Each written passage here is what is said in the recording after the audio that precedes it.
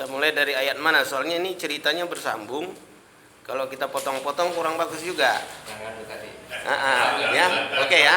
Ini kan kisah Yusuf ini panjang. Ada kisahnya sama perempuan, ada kisahnya di dalam penjara, ada kisahnya dibawa ke sumur, ada kisahnya pura-pura dihilangkan, kan gitu kan. Jadi semuanya ini menyangkut kisah-kisah tipu-tipunya keluarga dia saking iri hati kepada Nabi Yusuf alaihissalam. Nah, baik. A'udzubillahi minasyaitonirrajim. Aku berlindung kepada Allah dari godaan setan yang terkutuk. Ayat berapa mulainya? Mulanya dari sekarang ayat 33 ya. Kita mulai 33. 33 ya. Bismillahirrahmanirrahim, dengan nama Allah yang Maha Pengasih, Maha Penyayang. Qala rabbi sijinu ahabbu ilayya. Dia menjawab. Siapa menjawab? Yusuf. Ya Tuhanku. Ya Tuhanku. Rabbi itu boleh kita katakan ya Tuhanku ya, berupa doa. As-sijnu ahabbu ilayya, bahwa penjara itu lebih aku sukai. Ya, penjara itu lebih aku sukai mimma yad'unani ilaihi, daripada apa yang mereka mengajak aku ke arah kemaksiatan. Jadi andai kata dia harus dihukum, ini Yusuf ini, maka dia lebih suka di penjara daripada dia berbuat maksiat kepada wanita itu. Jadi mana mungkin dia memperkosa Julaiha, padahal dia sendiri lebih suka, lebih cinta masuk penjara daripada dia berbuat maksiat. Cuman tuduhan kan sudah terjadi, makar. Nah, si perempuan ini sudah kalah malu, Zulaiha sudah kalah malu di depan suaminya ketangkap basah kepada Raja Aziz. Akhirnya kan dia ini disidang. Waktu dia disidang ini, Siti Zulaiha ini melaporkan. Waktu dia itu kan itu dulu tadinya, kamu kalau nggak mau ngelayanin saya, kamu akan saya hukum, akan saya azab. Nah, waktu itu Nabi Yusuf tidak berani ngomong karena di depan istri seorang raja. Jadi sifat takut dan tunduknya itu ada. Nah, tapi di sini dia kasih penjelasan di sini. Dia bilang di sini wa illa tasrif anni kaidahunna asbu ilaihinna wa akum minal jahilin. Dan apa jika kecuali tasrif anni, dia itu bisa menyelamatkan diriku, kaidahunna, daripada tipuan mereka. Kalau pakai hunna itu berarti wanita ya. Jadi kaidahunna, wanita-wanita yang menipu, melakukan semacam makar kepada dia. Ya kan gitu kan? Dibuat satu perencanaan supaya Yusuf ini dijebak seakan-akan begitu. Kaidahunna asbu ilaihinna wa akum minal jahilin. Nah, kalau itu terjadi dan aku kalah, berarti aku ini orang jahil. Tapi itu tidak terjadi, aku lebih cinta masuk penjara. Ya kan? Makanya salah satu nanti golongan yang masuk surga tanpa hisab adalah 7 golongan. Salah satunya diantaranya seorang laki-laki yang digoda oleh wanita cantik, rupawan, hartawan, dan dia ada nafsu. Hamma ilahin, kemarin Yusuf sudah ada nafsu, dia ada nafsu, Zulaiha ada nafsu, sama-sama di kamar. Ghalabatil abwab, pintu-pintu terkunci, nggak ada saksi. Tapi dia bilang, ana akhafullah rabbal alamin, aku takut kepada Allah. Yusuf ini walaupun di tempat perempuan cantik sudah menggiurkan, maaf ini andai kata dia berbuat pun nggak ada risiko apa-apa. Dia bujangan ini nggak ada yang gugat kok, bujangan, belum nikah. Apa yang terjadi? Dia lebih cinta kepada penjara. Nah, ini sikap seorang laki-laki ya, walaupun tampan ganteng, dia tidak menjual belikan kegantengannya, dia takut kepada Allah. Makanya Nabi mengatakan salah satu daripada 7 golongan masuk surga tanpa hisab dari hari kiamat yang ikut berbaiat kepada Imam Mahdi adalah laki-laki yang digoda oleh perempuan cantik, tapi dia mengatakan ana akhafullah rabbal alamin, aku takut kepada Allah. Jadi tidak terjadi skandal. Mudah-mudahan Allah piara kita dari sifat itu ya. Fastajaba lahu rabbuhu, maka Allah menerima. Ya, Allah menerima permohonan ya, pilihan daripada Yusuf. Fasarafa anhu kaidahunna, maka diselamatkanlah dia darinya tipuan-tipuan mereka itu.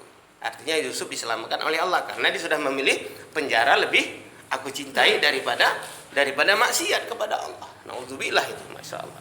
Nah, akhirnya innahu huwas samiul alim, sesungguhnya dia Allah sami, maha mendengar, alim, maha mengetahui. Maha mendengar, Allah itu tahu apa yang diucapkan hambanya. Maha mengetahui, Allah itu paham isi hatinya. Bukan hanya mendengar melalui telinga, tapi isi hatinya Yusuf itu Allah maha tahu. Tahu dong, masa Allah nggak tahu ya? Allah maha mendengar, maha mengetahui. Nah, di sini kita belajar tauhid juga. Rupanya kalau kita ini ngomong ini, Allah maha mengetahui, mendengar, dan Allah tahu isi hati kita. Itu kalau kita tanamkan itu sebagai satu sifat, maka kita tidak akan mungkin mau bermaksiat kepada Allah. Karena kita tahu kan, ubudullah ka'annaka tarahu, fa in lam takun tara fa innahu yarak. Itu hadis. Sembahlah Allah seakan-akan engkau melihat Allah. Tapi andai kata engkau pun tidak mampu melihat Allah, pasti Allah melihat engkau. Fa innahu yaraka. Sesungguhnya dia Allah melihat engkau. Ini sikap kita. Makanya Allah itu punya sifat sami'un alimun, subhanallah. Kita banyak Pak digoda begini Pak. Ini Yusuf. Kita pun bukan tidak mungkin kita digoda seperti ini. Keluar dari rumah ada perempuan cantik, menor lagi dandanannya, bibirnya merah, masya Allah. Senyum lagi, masya Allah. Ngajak lagi, masya Allah. Itu kalau kita enggak pinter-pinter menyikapinya, kecemplung kita kepada maksiat. Nauzubillah min dzalik. Summa badalahum mim ba'di ma ra'aul ayat. Kemudian Allah gantikan, ya kan, digantikan dari setelah itu apa yang dilihatnya mengenai kebesaran Allah. Kemudian la yasjununnahu hatta hin, maka disitulah akhirnya dimasukkan ke dalam penjara sampai waktu tertentu. Tapi selamat imannya, ya kan? Kan banyak ulama-ulama meniru kayak gitu. Contohnya Hamka lebih mencintai masuk penjara, ya kan? Ulama-ulama zaman dulu itu Pak, kalau diancam di India itu diancam sama kerajaan-kerajaan Inggris, nggak apa-apalah masuk penjara, lebih bagus aku sukai daripada aku bermaksiat kepada Allah. Nah, Hamka menulis tafsir Al-Azhar justru dalam penjara karena hidayah ada di situ. Berapa tahun dia di penjara itu? Cuman sekitar 2,5 tahun, tapi selesai 30 juz tafsir Al-Azhar ditulis oleh Hamka. Dan hari ini kalau saya lihat, saya pergi ke Malaysia, ke Thailand, tafsir Al-Azharnya Hamka itu paling banyak digemari oleh orang-orang Asia, subhanallah itu ya. Nah, itu hebatnya karya seorang ulama, seorang alim yang mereka itu menahan hawa nafsunya daripada bermaksiat kepada kita. Ini siapa aja di antara kita, kalau kita mau menahan hawa nafsu kita tapi dalam rangka untuk mempertahankan akidah kita kepada Allah, maka Allah akan berikan kepahaman yang mendalam, insyaallah ya. Sambung lagi, wadakhala ma'ahu as-sijn, maka masuklah dia ke dalam penjara. Fatayan, dua orang anak muda. Qala ahaduhuma, berkata salah seorang di antara keduanya. Apa katanya? Kata di antara keduanya itu, inni arani aksiru khamran. Sesungguhnya aku melihat, tapi melihat di sini bukan melihat dalam kasyaf ya. Melihat kalau dalam bahasa Arab tuh, kalau arani fil manam, aku melihat di waktu tidur, berarti mimpi. Karena Yusuf ini sangat dikenal jiwanya bersih. Jadi dia mampu menafsirkan cerita-cerita yang kalau bahasa kitanya takwil. Karena kebersihan hati dia, bukan dia dukun ya, jangan itu Yusuf bukan dukun, tetapi dia ahli kasyaf. Nah, ahli kasyaf itu kalau dalam ilmu tarekat, orang yang hatinya bersih seperti cermin, jadi bisa melihat pandang gaib. Bagi orang itu gaib, bagi dia nampak. Nah, itu namanya ahli kasyaf. Banyak juga orang seperti itu karena dia makannya halal, ya kan, hatinya bersih, selalu ikhlas, berbuat baik, nggak curiga sama orang, nggak bakhil. Nah, sifat-sifat ini akan membentuk kekasyafan.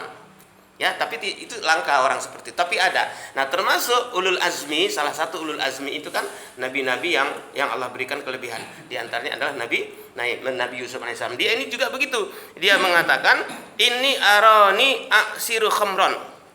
Aku telah melihat di dalam mimpiku, katanya itu, yaitu satu orang yang membawa roti kepadaku untuk dimakan.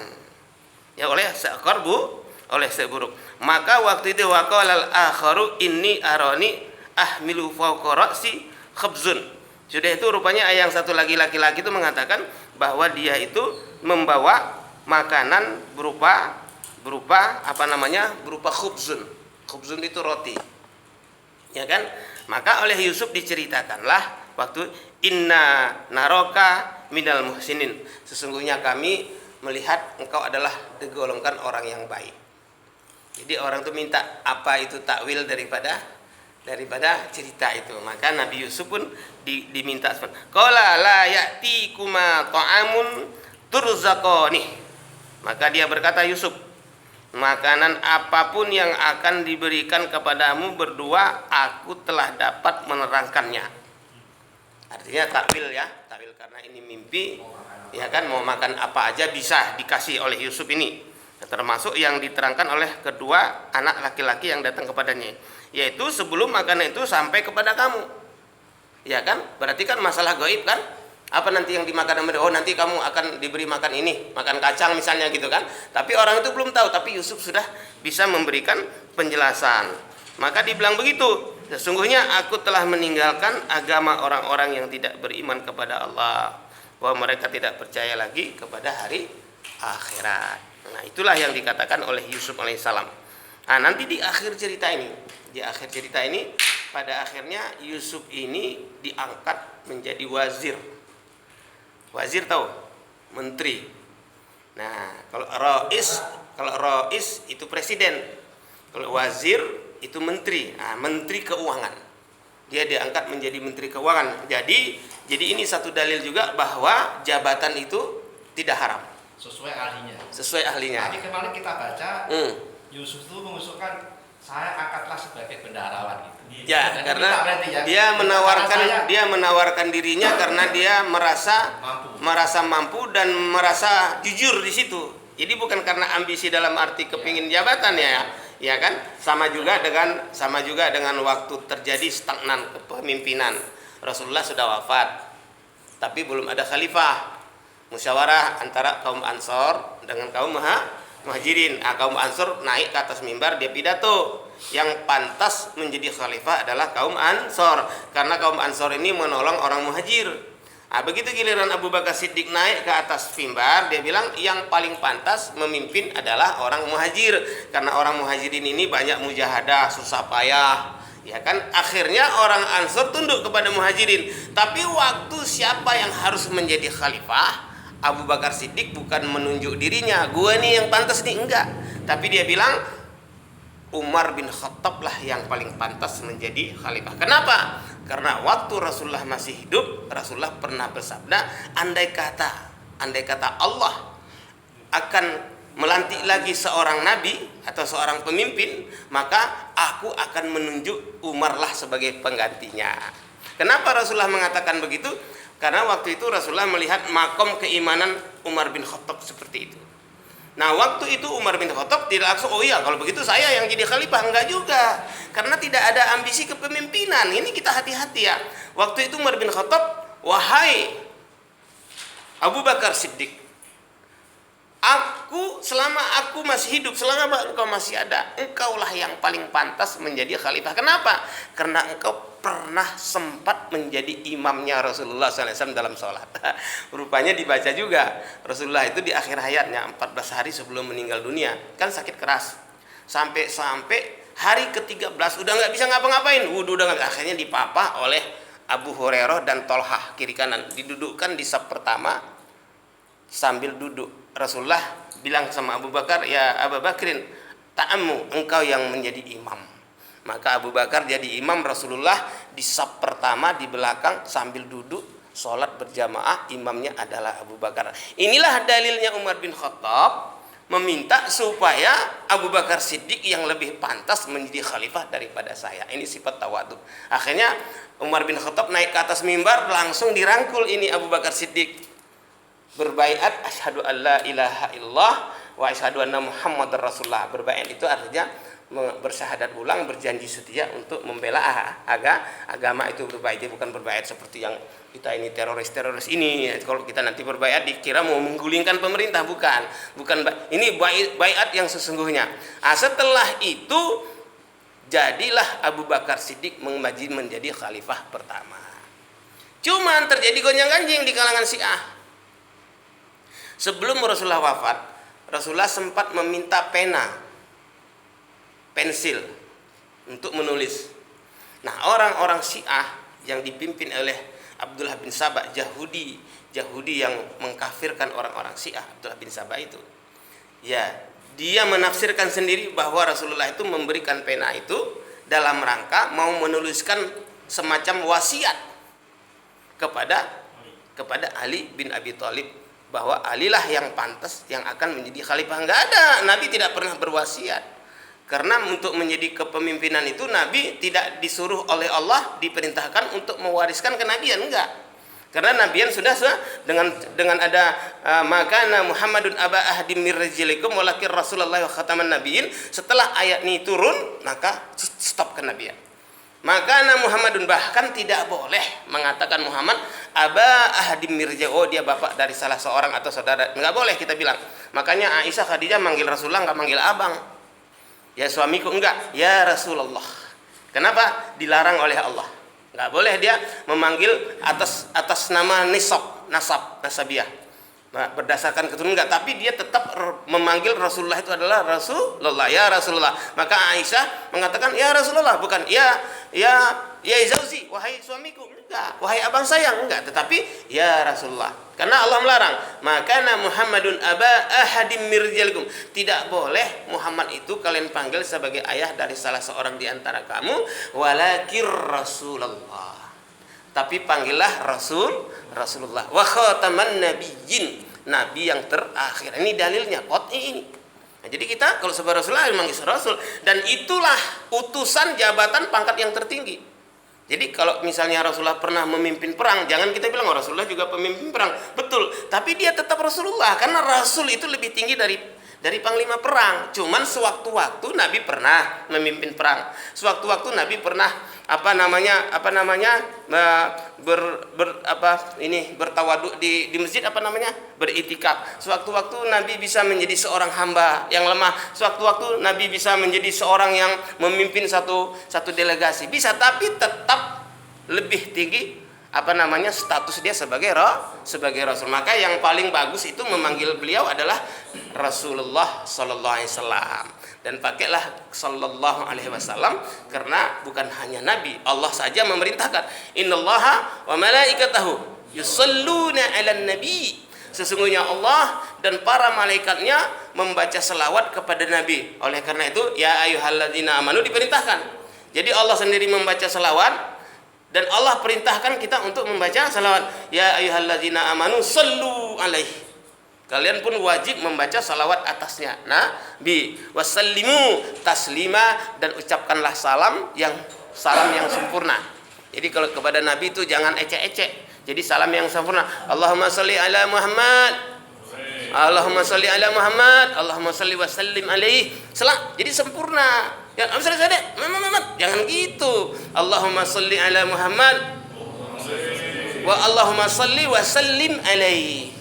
Allahumma salli wa sallim alaihi. Ya Allah, selawat dan selamat atasnya Nabi Muhammad sallallahu alaihi wasallam. Barang siapa, ini hadis ya, barang siapa yang tidak mengucapkan selawat ketika disebutkan nama Nabi, maka inilah orang paling bakhil. Nanti nggak bisa dapat syafaat di akhirat. Maka pertama-tama latihannya dulu kita ucapkan salawat kepada Nabi dengan benar. Tapi ucapan salawat itu secara zahiriyah, secara batiniyahnya seluruh amalan Nabi kita ikut, ittiba' ala Nabi. Jadi untuk mendapatkan hidayah dari Allah Subhanahu wa taala, kita ittiba' ala Nabi. Mulai dari zahir dulu, kan ada 3 tuh ittiba'. Zahiriyah, penampilan lahiriah; sirariyah, penampilan perjalanannya; saririyah. Saririyah ini rahasia, empati, empudu hatinya Rasulullah, kerisauan ataupun fikirnya Rasulullah sallallahu alaihi wasallam. Jadi kesempurnaan. Makanya di dalam diri Rasulullah ini sempurna semua sifat-sifat Nabi ada. Gantengnya seperti Nabi Yusuf, suaranya seperti Nabi Daud, Ya kan, sabarnya seperti Nabi Ayub. Nah, itu ada semua di dalam diri Rasulullah sallallahu alaihi wasallam. Cukup dulu ya. Mudah-mudahan Allah berikan kepada kita taufik dan hidayah. Allahumma bil Qur'an waj'alhu lana imanan wa nuran wa rahmah. Allahumma zakkirna minhu ma nasina minhu ma jahilna warzuqna tilawatahu ana al-laili wa atrafan nahar